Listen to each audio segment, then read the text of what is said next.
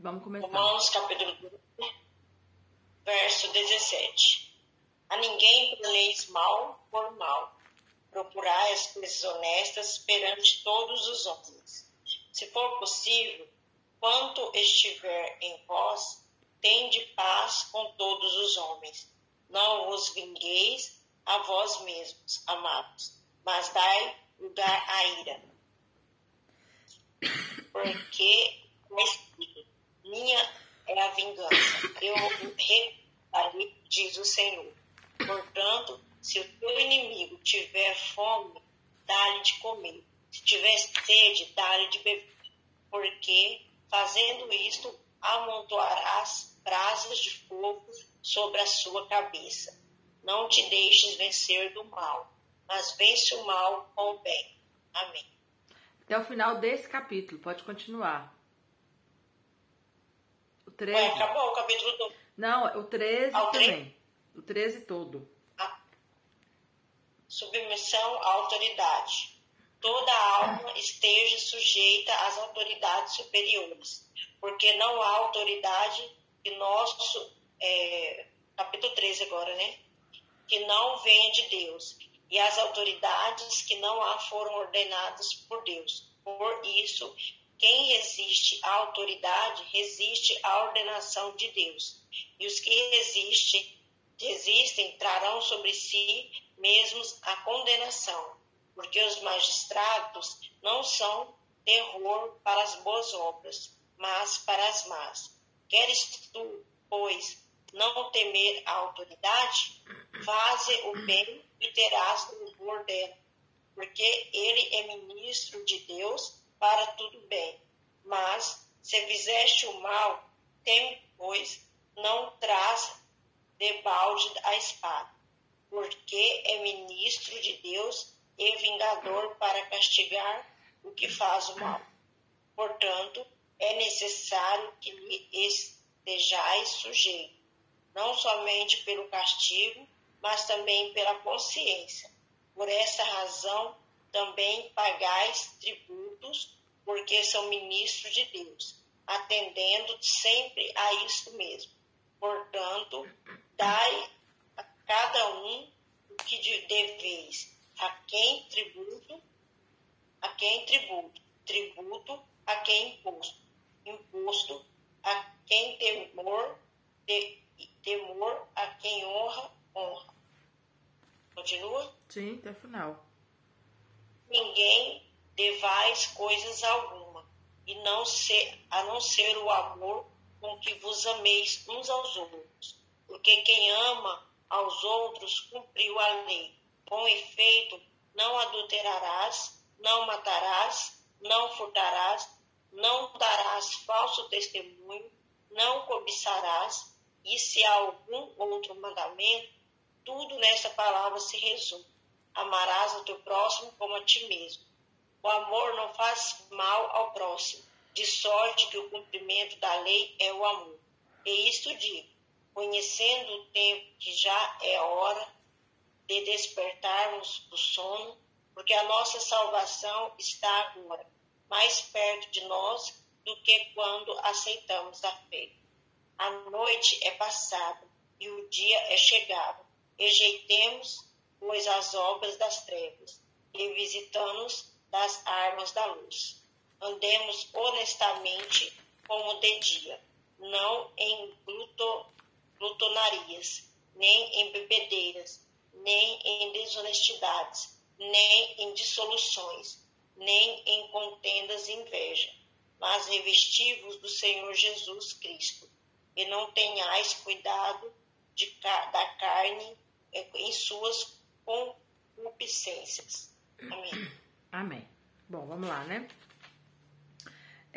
A primeira parte aqui, a gente percebe que há uma continuidade na linha de raciocínio no sentido de comportamento, né? Que a gente até estava falando ontem que o mundo seria um lugar muito melhor para se viver se a gente conseguisse, né, aplicar essas orientações. E aí ele continua nessa linha, ó.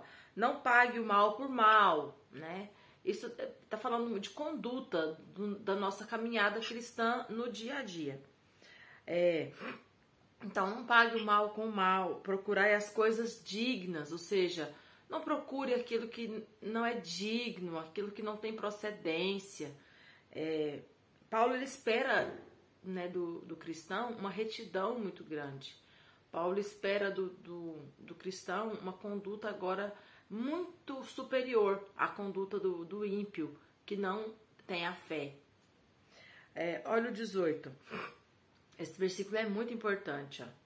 Se for possível, no que depender de vocês, tenha paz com todos. Ou seja, vai ter problema na sociedade, vai ter briga, vai ter contenda, que não seja por culpa de um cristão, que não parta de nós, né? Deixa as brigas e as contendas para o ímpio.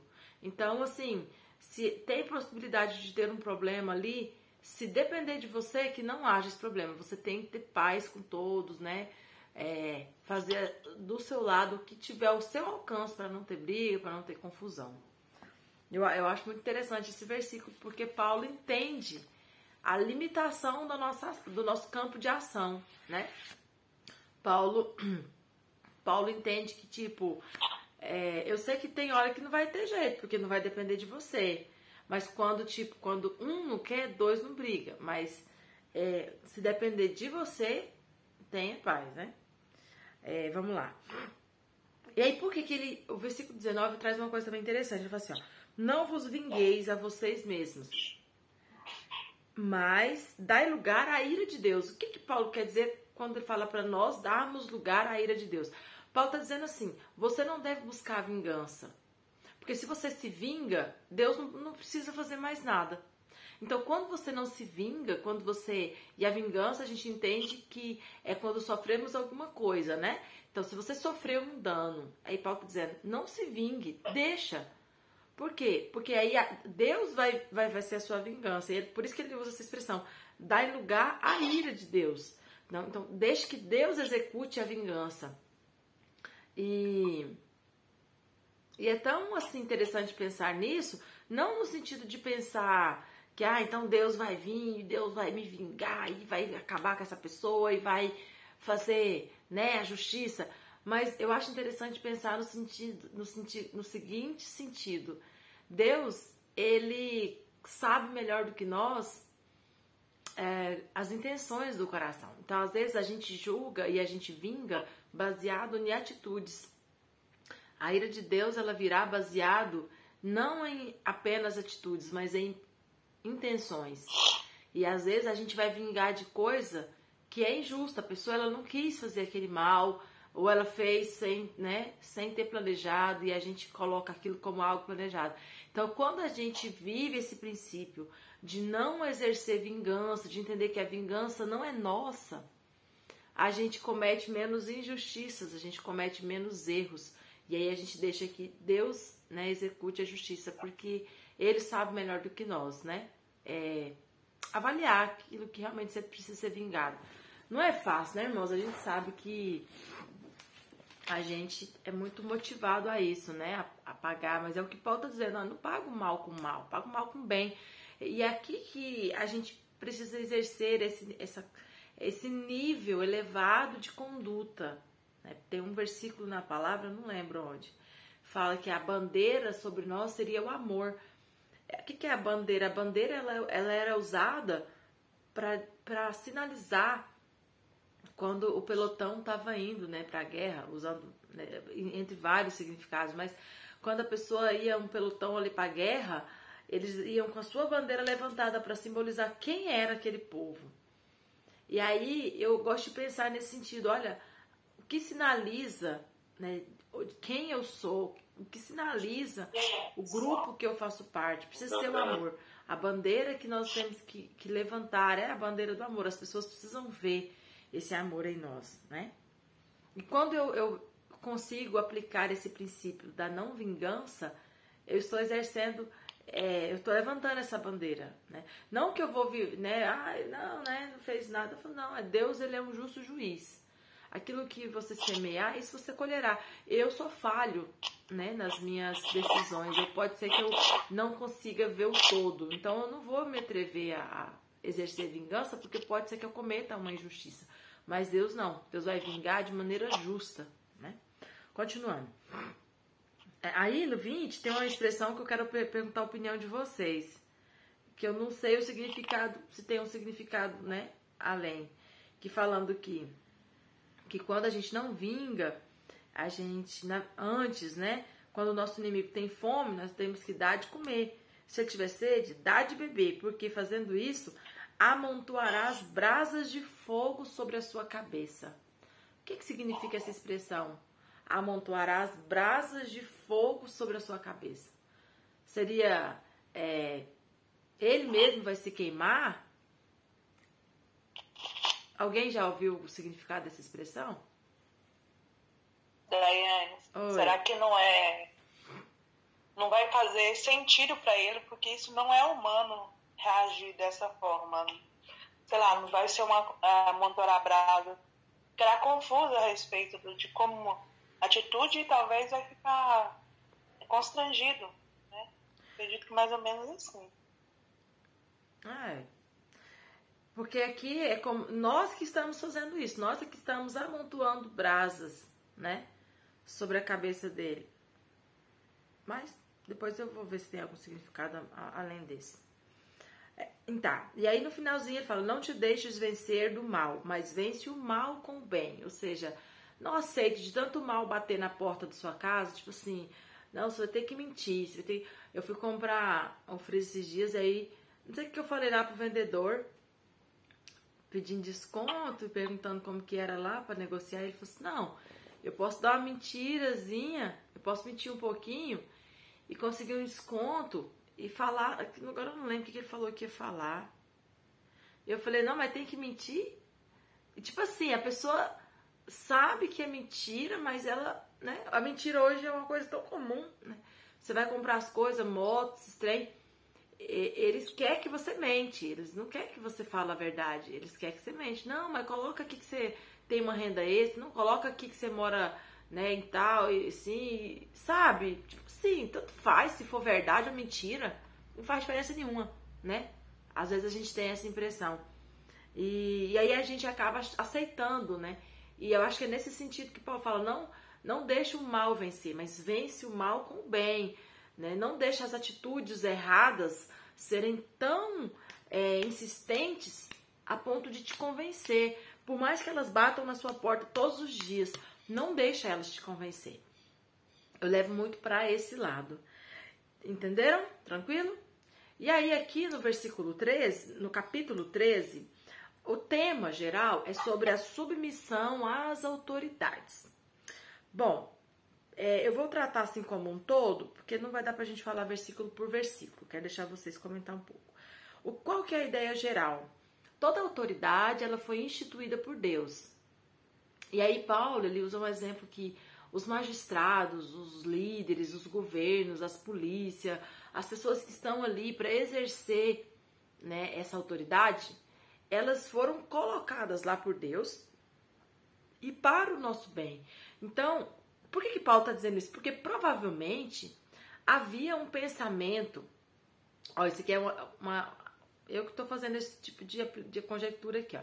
O que poderia estar acontecendo? Os cristãos, agora que tem um líder, que é Jesus, que tem os seus líderes espirituais, que eram os apóstolos, provavelmente eles estavam tendo dificuldade de se submeter aos homens. Dificuldade em aceitar tanta regra, tanta ordem, tanto pode, não pode, vai, não vai, aqui não pode, aqui não deve. E às vezes...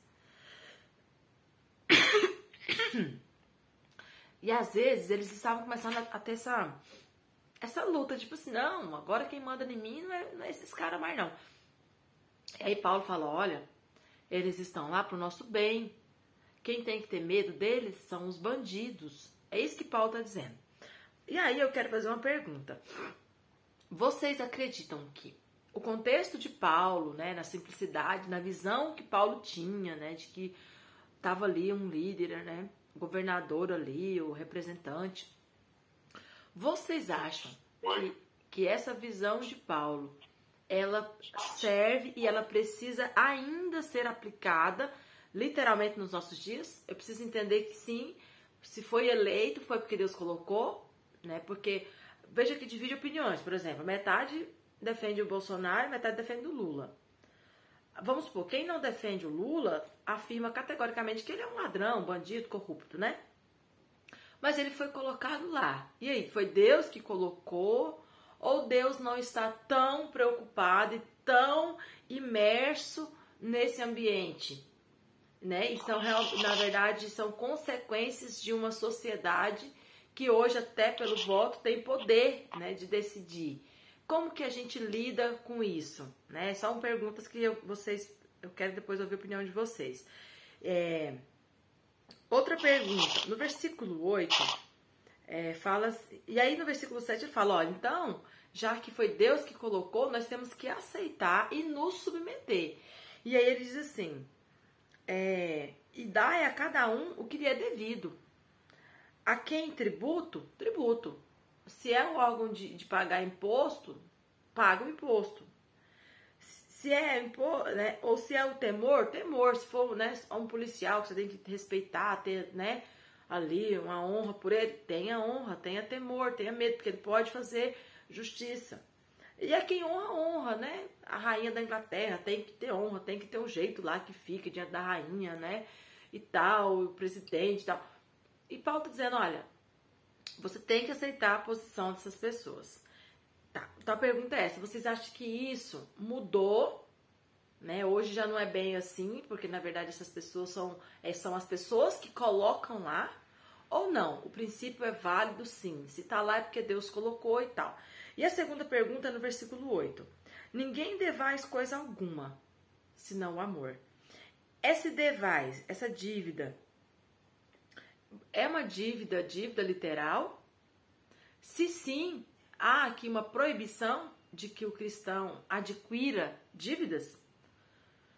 Ou não? Essa dívida não é dívida, mas seria a dívida que você não tem condição de pagar, não faça um compromisso que você não pode pagar, no sentido de que a dívida que nós fazemos hoje, por exemplo, eu compro lá parcelado, né, um sofá em 10 vezes, isso não é uma dívida, isso é um acordo, porque não venceu, então há um acordo e eu vou ainda pagar no dia do vencimento, depois que vence que passa a ser uma dívida. Seria isso ou não? Ou eu preciso entender isso de maneira literal e a ninguém eu preciso dever nada, a não ser o amor. O que vocês acham sobre isso? Porque também Provérbios fala muito, né? Que nós não devemos ser penhor do nosso próximo, não devemos, né, emprestar nome, ser avalista. Isso, a Bíblia fala em outras vezes sobre isso. Então eu quero saber a opinião de vocês sobre essas duas coisas. Primeiro, as autoridades e segundo, as dívidas. Antes, olha aí na sua Bíblia, quem tem o hábito de ler com a caneta marcando, tem algum versículo que tem dúvida? Algum versículo que vocês têm alguma palavra, alguma coisa que vocês não entenderam? Porque eu não vou passar de um por um, senão não dá tempo de ouvir vocês. Tranquilo?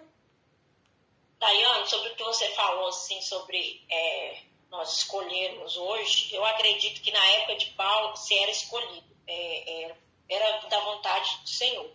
Hoje eu acredito que não, porque era igual nós estávamos falando ontem sobre as ações da gente. Porque nessa época de Paulo, as pessoas oravam, jejuavam para a liderança, né? Para escolher, tá entendendo? Então, um profeta na pessoa e era escolhido. Não, mas aqui hoje Paulo está falando de todos os níveis de autoridade. Dos que eram de Roma, que estavam lá, entendeu? Só exercendo juízo. A diferença é que não era voto pelo povo, era colocado pelos líderes, né? Tipo assim, cargo de confiança, um exemplo. Né? Mas não era no ambiente religioso, não. Era no ambiente político mesmo que Paulo está falando. Não era igual hoje. Tipo... Sim, mas oravam para isso. Por exemplo, assim, eu acho que não. Em Roma, né? Eles não eram vamos supor, crentes, né? Não. Então não se tinha, mas escolhido, né? Mais por descendência, né? Ai, fulano de tal, era como fossem os reis, né? Eram por descendência. Então, assim, em algum momento, se havia escolhido através de um profeta e tal, mas hoje não, eu não acredito que tenha escolhido por vontade do Senhor. Ok. O que mais? Ninguém acha nada? E sobre a dívida? O que você acha? Eu não entendi muito o que você falou. Versículo 8 fala assim: a ninguém devais nada, a não ser o amor. Esse versículo, ele é uma proibição clara acerca de adquirirmos dívidas? Ou a dívida que fazemos hoje... Eu acredito assim, que você tem que cumprir suas dívidas, né? Porque isso você teria que cumprir. Igual você falou que é acordo, né? Você acha então Eu acredito... Eu acho que não é que está falando que a gente não deveria ter. Que a dívida passa a ser... Não. Tá, então você acredita que a dívida acontece depois que o acordo acaba? Isso, acabou, acabou. Mas você tem que cumprir, você tá entendendo? Você tem que cumprir. Agora, o amor, você tem uma obrigação, porque se você não amar seu próximo, não vai pro céu. Então, você tem que ter obrigação com isso. Uhum. Entendi sua opinião. Mais alguém quer palpitar? Vou dar meu palpito. Oi. Me parece que a minha câmera não está funcionando de jeito nenhum. Não consigo fazer ela funcionar. Tá ouvindo, né? Sim, estamos te ouvindo. Só tem som, mas a câmera não está funcionando. Uhum. Eu acho que esse amor, essa dívida aí, não tem nada a ver com a dívida literalmente, não. Pelo contexto que segue depois, ele confronta com outras, se a gente olhar assim, na literalidade, você vê que ele fala da dívida, mas em relação, num sentido não literal. Eu penso que essa dívida aí é de desamor, de descompreensão,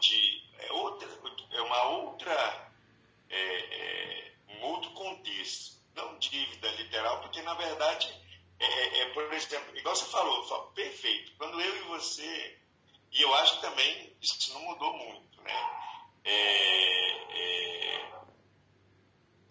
Se tiver algum sentido de dívida, me parece muito mais no de ser justo, sabe? De ser justo, dar a cada um o que é seu, ser justo. A Deus a honra que Deus merece, ao César ou à administração pagar o que eu devo, a cada um o que é seu, como o próprio texto diz, dentro desse contexto, que é o que vai seguir aí, entendeu? Okay. Então, assim, não dever nada no sentido de ser justo com as pessoas, ao meu empregado o salário, por quê? Que, na verdade, me parece que essa é mesmo a ideia que vem do Antigo Testamento. Toda essa ideia, essa é a concepção do judeu mesmo. O Antigo Testamento chama o judeu em várias partes para que ele seja justo. A gente já falou esses dias, olha, não retenha o salário do seu empregado. Aí Jesus falou a história da moeda. O que tem aí? Está escrito o que aí? Deus não Deus o que César. Então, a Deus o que é de Deus, a César o que é de César. E me parece que Paulo está complementando essa mesma ideia e falando sobre ela, a ideia do ser justo. Esse aqui é o não dever. Não reter nada do que é de ninguém, nem dos homens e nem de Deus. E nem das minhas muitas relações com o dia a dia, porque isso também traz aquela lição do filho, né? Como que eu devo me portar como filho, como que eu devo me portar dentro da comunidade. Quer dizer, eu tenho que ser um sujeito mais, eu penso, e aí ele vai dar exatamente essa ideia na sequência do texto, que é a resolução, ou o resumo de todo esse relacionamento com amar ao próximo, com não fazer para o próximo, aquela ideia de não fazer para o próximo o que eu não quero comigo mesmo. Eu não quero que ninguém retenha o meu salário, eu não quero que ninguém me dê o cano, eu não quero vender e não receber, entendeu? Não é que você não pode comprar e pagar prestações, é que você tem que pagar, você tem que ser honesto nos seus tratos, nos seus compromissos, porque o cara que te vendeu gera uma expectativa em relação a você. De bom grado, por exemplo, ele te vendeu alguma coisa para você pagar em prestações, ele fez um compromisso e tal. Eu acho que é esse o sentido, sabe? Pela sequência do texto aí. Okay. No sentido de ser justo. E sobre as autoridades, o que o senhor acha? Bom, primeiro assim, que essa concepção que nós temos de autoridade hoje, ela está muito longe da concepção de Paulo e do judeu, né? Porque é difícil da gente contemplar essa ideia, por exemplo, de democracia que nós vivemos, ela é muito longe da compreensão de Paulo, e não se encaixaria de forma nenhuma no conceito de Paulo. Muito pelo contrário, o que aconteceu quando, na história judaica, Deus sempre escolheu os profetas. Os profetas, num determinado momento, as pessoas sugerem a Deus que precisam da autoridade de um rei. Saul. Saul, então, é indicado para ser rei. Mas nunca há a ideia da eleição. Nunca houve. Por quê? Porque a Célia até falou assim, mas quando haviam reis em Israel, o poder desse rei, ele está relacionado ao poder familiar, né, da descendência familiar. É sempre assim. Eu acho difícil compreender ele nos nossos dias, que hoje nós vivemos um outro sistema. E, de fato, se a gente for pensar, o pressuposto da ideia de Paulo de falar das autoridades, me parece que é exatamente que, como a gente ora para pedir a autoridade provém de Deus. Né?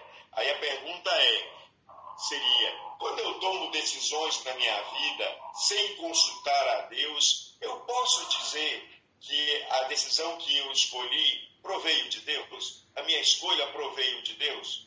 Como se eu nem mesmo consultei a Deus sobre a minha escolha?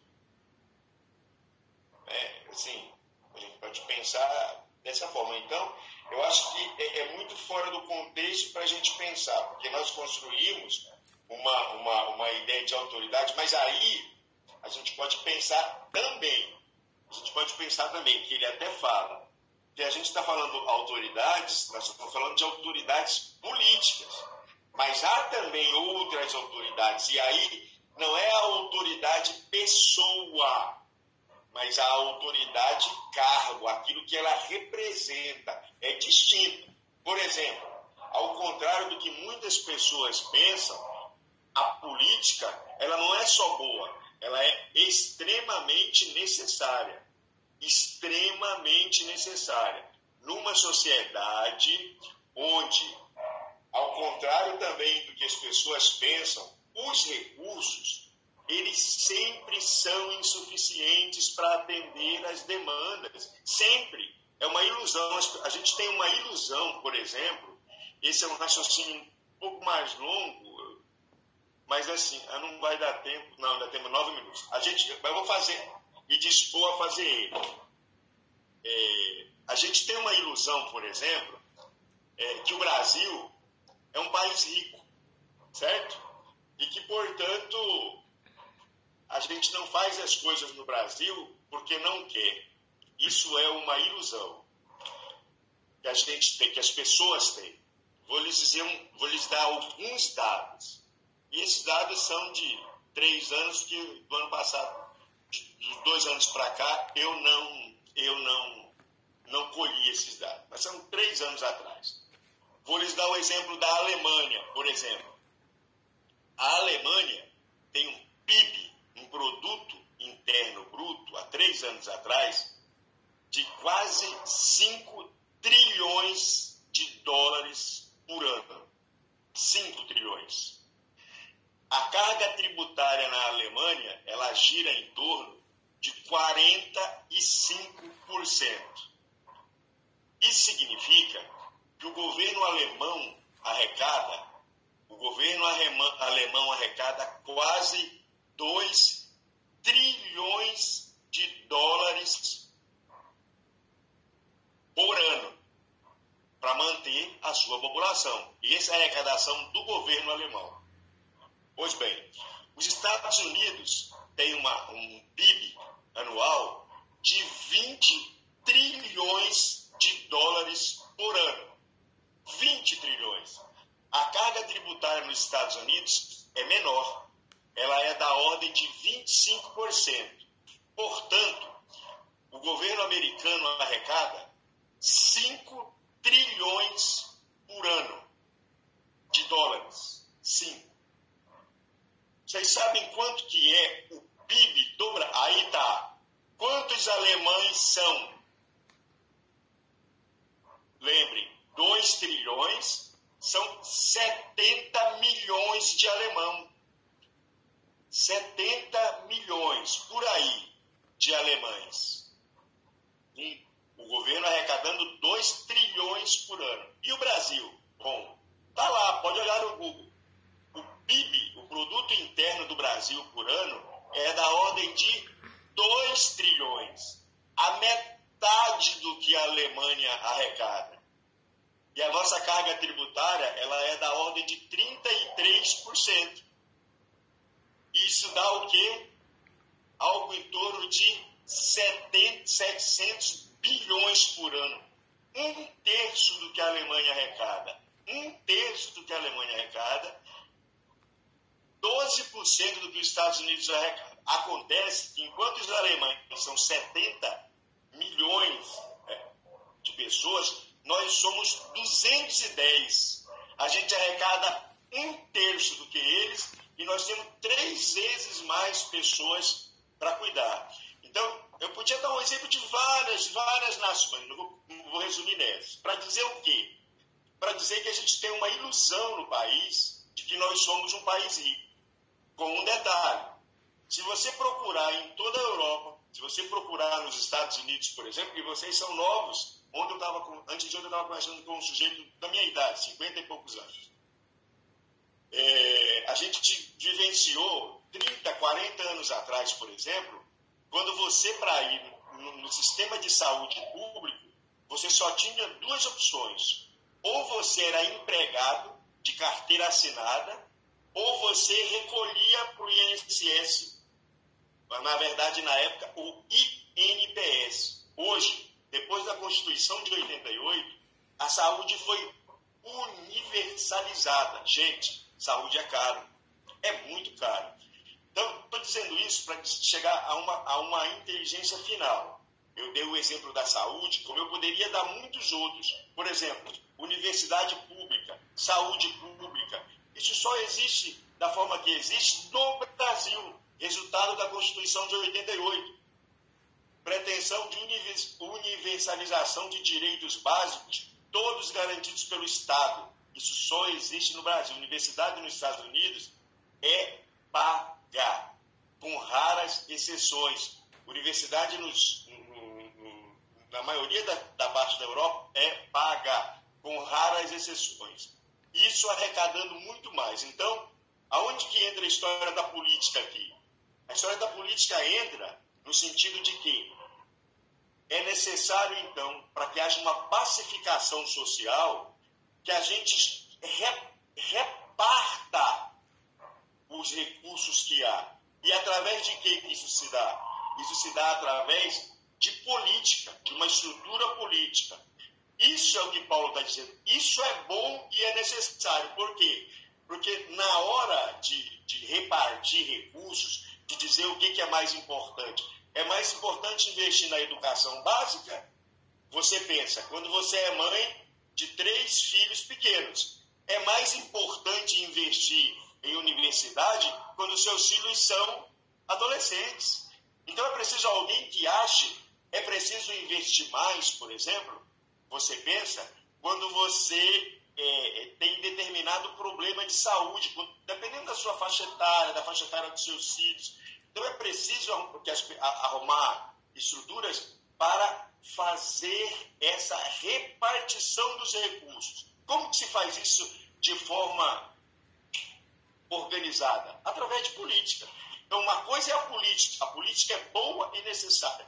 Outra coisa são os homens que são encarregados de fazer a política. Aí está o problema, na eleição. Então, quando Paulo também pode estar focado nessa forma. Então, por exemplo, o juiz é ruim? Depende. Se você, por exemplo, um filho de qualquer um de nós for vítima de um homicídio, se a nossa casa for roubada, se nós formos vítimas de um crime, nós vamos achar que um juiz que aplicou a sentença é bom.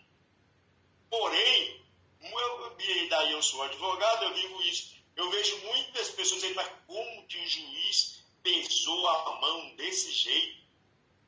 Então, assim, o juiz é bom ou é ruim? Em tese, ele é bom. Por quê? Porque a ideia do Estado como pacificador social é boa. Senão você podia estar sentado aí agora, Daiane, e um cara que comprou na loja e se sentiu prejudicado, meter o pé na sua porta, arrancar você, o neném e a neném pelos cabelos e levar lá para fora e dar os tapas. A lei, no sentido de juiz, de Estado, não permite que isso seja feito. Então, isso é necessário para que haja pacificação social. Então, é necessário distinguir instituições das pessoas que exercem isso. Mas tem juiz corrupto? Tem. Tem delegado corrupto? Tem. E a polícia? A polícia é ruim? É ruim quando sua casa não foi roubada. Manda tirar todas as polícias aí do centro da cidade, manda tirar todo mundo para você ver. Um prazo de 30 dias, o índice de criminalidade vai lá para cima. A polícia é ruim? Não. A polícia é necessária. Mas a polícia comete excessos, alguns da polícia se desvirtuam. Então, o problema são alguns policiais e não a instituição. Então, é preciso fazer bem essas distinções, porque elas são necessárias. Quando a gente fala da política, não, a política ela é necessária. Forma organizada de resolver e de distribuir os recursos. Por quê? Porque na ideia política, que é a ideia? Os recursos são poucos e a gente precisa administrar. E outra coisa, Daiane, você talvez ainda não saiba isso, que você é muito nova, mas a mais nova tem uma neném mais nova. Célia, você já tem criança adolescente, não tem? Célia já é bem velha, pode perguntar que ela sabe. É que eu fui mãe bem nova, né? Então, a gente sabe, por exemplo, nós sabemos que administrar é um problema dentro da nossa própria casa. Por quê? A Célia já tem menino, talvez as meninas da Célia sejam de uma docilidade, mas à medida que vão crescendo, eles vão querendo outras coisas. E a gente tem que falar assim, olha... Eu sei. Olha, isso não pode. Por que não pode? Às vezes não pode porque você não pode ter. Outras vezes não pode porque a gente não dá conta, filho. O nosso orçamento não suporta. Então... assim, o tempo vai acabar. Eu acho assim também, só para encerrar essa questão. Eu acho que a visão que Paulo tinha não era uma visão tão complexa quanto a que nós temos hoje, né? Todos esses desdobramentos, todas essas implicações desses vários âmbitos, né, da política. Paulo não conseguia, projetar tudo isso que a gente projeta hoje. Então, como que eu entendo essa orientação de Paulo sobre a submissão às autoridades? Eu entendo que a submissão é realmente no sentido de entender que ele está em um cargo de superior autoridade, né? Então, eu posso não concordar, mas ele é o meu prefeito, né? Eu posso não concordar, mas ele é o meu presidente, posso não concordar, mas ele é a rainha. Então, eu preciso aceitar, e eu entendo essa submissão nesse sentido, de aceitar, de me colocar, né, nessa posição. E só para finalizar, no último finalzinho, no último versículo, quando ele fala, então andemos honestamente, como de dia. Ou seja, o que Paulo nos chama é para um caminhar diferente. Paulo quer mostrar a diferença do cristão, tanto nas suas relações sociais, quanto nas suas no seu comportamento familiar, social. Então, é o pacote completo, né? Então, seria nesse sentido, né? A forma como eu vejo a submissão. Olha, vocês precisam ser diferentes. O comportamento e o posicionamento de vocês é diferente. Então, não ande como vocês andavam, né? De dia, nas bebedeiras, nas orgias. Não, agora o comportamento de vocês é diferente. E em todos os aspectos. Ok? Mas é isso. Deus abençoe. Vamos encerrar. Amanhã a gente continua.